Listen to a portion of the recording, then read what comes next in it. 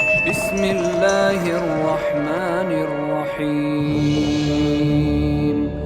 نزل عليك الكتاب بالحق مصدقا لما بين يديه وأنزل التوراة والإنجيل.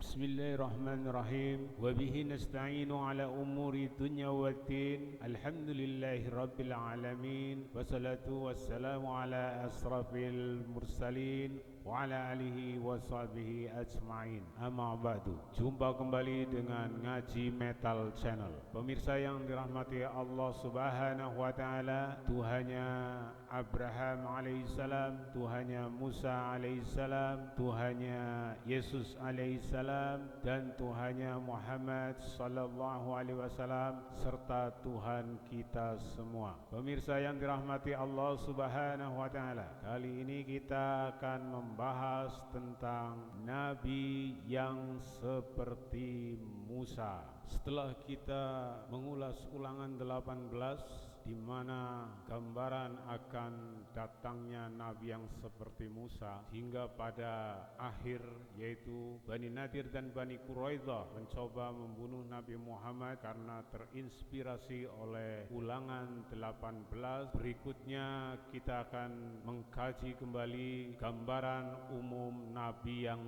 seperti Musa. Pemirsa yang dirahmati Allah Subhanahu wa taala, bahwasanya di dalam Bible, dalam banyak ayat dikatakan Musa adalah seorang hamba Tuhan. Jadi Musa bukanlah Tuhan karena hamba.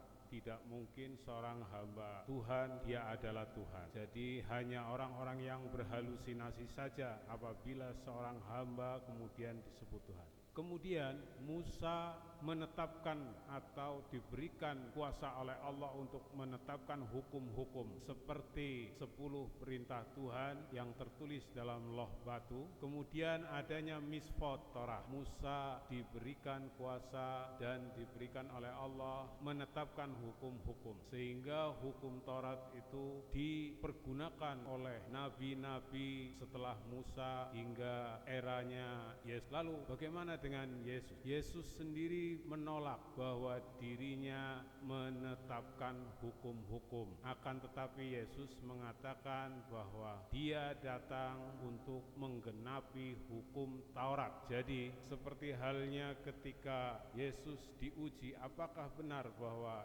Yesus adalah nabi yang seperti Musa atau yang ditunggu-tunggu, dinanti-nantikan. Baiklah, ini akan saya tunjukkan ayatnya bahwa Yesus bukanlah nabi yang seperti Musa, karena Musa datang untuk membebaskan Bani Israel dari Fir'aun di Mesir. Jadi ciri nabi yang akan datang pun akan melakukan atau membebaskan Bani Israel dari penindasan. Pada Matius 22 ayat 17 saya bacakan, katakanlah kepada kami pendapatmu, apakah diperbolehkan membayar pajak kepada kaisar atau tidak? Tetapi Yesus mengetahui kejahatan hati mereka itu, lalu berkata, mengapa kamu mencobai aku, hai orang-orang munafik?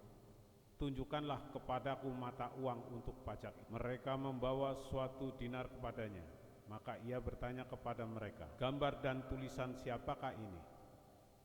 Jawab mereka, gambar dan tulisan kaisar. Lalu kata Yesus kepada mereka, berikanlah kepada kaisar apa yang wajib kamu berikan kepada kaisar, dan kepada Allah apa yang wajib kamu berikan kepada Allah. Jadi nyata sekali pada Matius 22:17 hingga Matius 22:21 itu bahwasanya Yesus menolak untuk memimpin atau melakukan pemberontakan terhadap pemerintahan saat itu. Jadi merupakan indikasi bahwa Yesus bukanlah nabi yang seperti Musa, hamba Allah yang membebaskan Bani Israel dari penjajahan atau penindasan Fir'aun. Demikian pula, dan Yesus tidak berusaha atau datang bukan untuk melakukan pembebasan. Ini bagian dari petunjuk bahwa Yesus bukanlah nabi yang seperti Musa. Kemudian Yesus datang untuk menggenapi hukum Taurat, bukan meniadakan atau menciptakan satu hukum baru. Pada Matius 5:17 hingga Matius 5:20 jelas bahwa penekanan daripada ajaran Yesus adalah menggenapi hukum Taurat. Akan saya bacakan, janganlah kamu menyangka bahwa aku datang untuk meniadakan hukum Taurat atau kitab para nabi. Aku datang bukan untuk meniadakannya, melainkan untuk menggenapi. Karena aku berkata kepadamu, sesungguhnya selama belum lenyap langit dan bumi ini, satu iota atau satu titik pun tidak akan ditiadakan dari hukum Taurat sebelum semuanya terjadi. Terjadi dalam hal ini adalah masih terkait dengan ayat 5:19. Atau saya baca, karena itu siapa yang meniadakan salah satu perintah hukum Taurat sekalipun yang paling kecil dan mengajarkan demikian kepada orang lain, ia akan menduduki tempat yang paling rendah di dalam kerajaan sorga. Tetapi yang melakukan dan mengajarkan segala perintah-perintah hukum Taurat, ia akan menduduki tempat yang tinggi di dalam kerajaan. Maka aku berkata kepadamu, jika hidup keagamaanmu tidak lebih benar daripada hidup keagamaan ahli-ahli Taurat dan orang-orang Farisi, sesungguhnya kamu tidak akan masuk ke dalam kerajaan surga.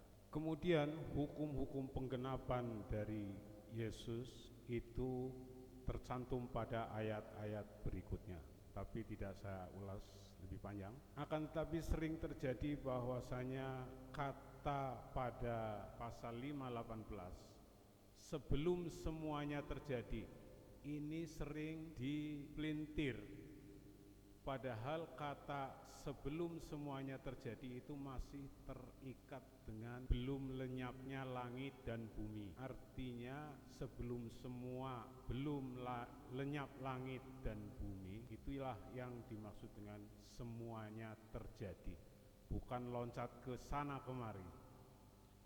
Dan untuk ayat ini pada Matius 5 ini, terutama tentang penggenapan Yesus itu harus dibaca secara utuh konteksnya, supaya tidak nanti loncat ke ayat sana ayat sini kemudian dimaknai aneh-aneh. Jadi kriteria tentang nabi yang seperti Musa, yang pertama adalah hamba Allah, yang kedua menetapkan hukum-hukum Allah. Ini dua ciri penting. Dan yang ketiga, membebaskan Bani Israel dari penjajahan. Berikutnya, kedatangan Musa atau kemunculan Musa diawali dari sebuah mimpi yang dialami oleh Fir'aun sendiri. Menurut Midras, Fir'aun bermimpi ketika dia sedang duduk di singgasananya, datang seorang lelaki tua dengan membawa timbangan, dan timbangan itu sebelah menempatkan bangsawan-bangsawan dan gubernur Mesir, sedangkan di sebelahnya ditempati oleh seekor domba. Sehingga dengan mimpi itu Fir'aun pun terheran-heran dan bertanya kepada para penasehat serta ahli perbintangan. Ahli perbintangan menjelaskan bahwa mimpi itu diramalkan tentang raja yang akan datang, yang akan menghancurkan tanah Mesir dan membunuh orang Mesir serta membebaskan orang Israel. Jadi dalam hal ini mimpi Fir'aun itu memiliki peranan penting sebagai petunjuk bahwa Musa akan datang untuk membebaskan bangsa Israel dari penjajahan Fir'aun. Kemudian kriteria yang lainnya adalah Musa lahir sudah dalam keadaan bersunat. Demikian dijelaskan juga dalam kitab-kitab Bani Israel lainnya. Baiklah pemirsa yang dirahmati Allah Subhanahu wa taala, bahwasanya Nabi yang seperti Musa adalah seorang hamba Allah, kan seorang Tuhan, yang kemudian Nabi itu akan menetapkan hukum-hukumnya. Kemudian Nabi itu akan membebaskan bangsa Israel dari penjajahan dan penindasan. Kemudian kedatangannya diawali dari mimpi sang penguasa atau raja yang berkuasa saat itu, dan kemudian salah satunya adalah Nabi itu lahir sudah dalam keadaan bersunat. Jadi kriteria inilah yang kemudian semuanya ada pada Nabi Muhammad sallallahu alaihi wasallam. Nabi Muhammad sallallahu alaihi wasallam adalah seorang hamba Allah. Kemudian Nabi Muhammad akan membebaskan Bani Israel dari penjajahan bangsa Romawi. Kemudian lagi Nabi Muhammad akan menetapkan hukum-hukum Allah, menegakkan hukum-hukum Allah kembali. Dan kemudian lagi Nabi Muhammad lahir sudah dalam keadaan bersunat. Pemirsa yang dirahmati Allah Subhanahu wa taala, mari kita bahas satu persatu tentang tanda-tanda kedatangan Nabi Muhammad atau kekuasaannya. Kita awali dari mimpi Heraklius. Sebagaimana Musa ditandai dengan mimpi Fir'aun, demikian pula dengan Nabi Muhammad ditandai dengan mimpi Heraklius. Bahwasanya mimpi Heraklius adalah kerajaannya akan dihancurkan oleh orang-orang bersunat. Oleh sebab mimpi tersebut, maka Heraklius melakukan suatu gerakan pembaptisan besar-besaran terhadap bangsa Yahudi saat itu. Karena Heraklius mengenal bangsa yang bersunat adalah bangsa Yahudi, tidak mengira bahwasanya bangsa Arab saat itu juga sudah bersunat, sehingga Yahudi mengalami penindasan besar-besaran. Namun sebelum itu juga penindasan terhadap bangsa Yahudi terutama di Yerusalem itu sudah terjadi, dan gerakan anti Yahudi berkembang pesat pada era kekuasaan Heraklius. Setelah terjadi beberapa kali pertempuran antara pasukan kaum muslimin dengan pasukan Romawi, maka Heraklius mulai mempertanyakan siapakah sebenarnya Muhammad sallallahu alaihi wasallam. Kemudian Heraklius menanyakan kepada Raja Ghazan selaku sekutunya, apakah orang Arab itu bersunat? Maka dijawab oleh Raja Ghazan, ya, orang-orang Arab itu orang yang bersunat. Setelah meninggalnya Nabi Muhammad sallallahu alaihi wasallam, perjuangan untuk mengalahkan bangsa Romawi dilanjutkan oleh para sahabatnya Khulafaur Rasyidin. Nah, para pemirsa yang dirahmati Allah Subhanahu wa taala, kemudian tercatat bahwasanya setelah penaklukan-penaklukan itu, bangsa Yahudi dan bangsa Yahudi mendapat perlakuan yang adil. Demikian tercatat dalam sejarah. Dikatakan bahwasanya Yahudi dan Kristen mendapat perlakuan lebih baik di bawah kekuasaan Muslim daripada di bawah kekuasaan Bizantium. Setelah umat Islam menguasai Palestina, seorang ahli sejarah bernama David bin Abraham Al-Fasi yang meninggal tahun 1026 Masehi menerangkan bahwa penaklukan Muslim atas Palestina membawa kelegaan